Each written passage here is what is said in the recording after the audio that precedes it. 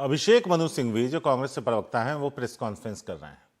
तो ये इसी प्रक्रिया का एक और उदाहरण है जहां मुंह खोले झूठे बेमानी केसेस दायर करिए, डराइए, धमकाइए और हम आश्वस्त हैं कानूनी प्रक्रिया में कि हम जीतेंगे, स्टे ऑफ कन्विक्शन हमें मिलेगा। लेकिन जहां तक सरकार का सवाल है, उन्होंने ये सब प्रयत्न किए हैं, बार बार किए हैं। जहां तक कानूनी पक्ष है, मैं बड़े संक्षिप्त रूप में आपको बता दूं, कल बताया था मैंने, थोड़ा उसको और विस्तार से बता दूं, लेकिन संक्षिप्त रूप से, कि जब आप जल्दबाजी करते हैं तो गलतियों के ऊपर गलतियां करते हैं,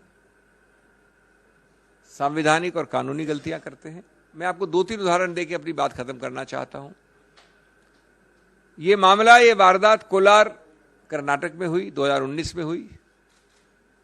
उसकी कंप्लेंट कहां दर्ज की गई? सूरत, गुजरात में, 1-2 जगह और भी की गई, बिहार में, रांची में। तो जब ऐसा होता है कि वारदात, फौजदारी वारदात कहीं हुई हो अमुक जगह और फौजदारी वारदात की कंप्लेंट किसी दूसरे प्रदेश में हो, तो कानून विधायिका ने बहुत पहले एक संशोधन द्वारा एक नया प्रावधान बनाया था, कई वर्ष हो गए, जो बाध्य है, जो स्पष्ट है कि जब ऐसा हो तो आपको एक 202 कहते हैं, उसके अंतर्गत एक निरीक्षण परीक्षण करना पड़ेगा, इंक्वायरी करनी पड़ेगी, या तो मैजिस्ट्रेट खुद करे या पुलिस द्वारा करे कि क्या उस मैजिस्ट्रेट का अधिकार क्षेत्र बनता है। जब तक वो मैजिस्ट्रेट ये शुरुआत में नहीं करता है इंक्वायरी, तब तक वो कंप्लेंट से आगे नहीं बढ़ सकता। रोचक बात यह है कि ये मुद्दा स्पष्ट रूप से इस श्री राहुल गांधी केस में उठाया गया, जजमेंट में लिखा है, लेकिन निर्णित कहीं नहीं है। ये इंक्वायरी कहीं नहीं हुई गुजरात मैजिस्ट्रेट द्वारा, यद्यपि ये मामला आया है कोलार कर्नाटक से। ये एक उदाहरण है कई और अहम मुद्दों का के साथ। एक दूसरा उदाहरण, और आप अपनी कंक्लूजन लगा सकते हैं, जो मैं आपको 3 तारीखें देना चाहता हूं। एक विचित्र बात हुई, जो याचक है, इसमें कंप्लेनेंट है, वो अप्रैल में 2019 में कंप्लेंट फाइल करता है।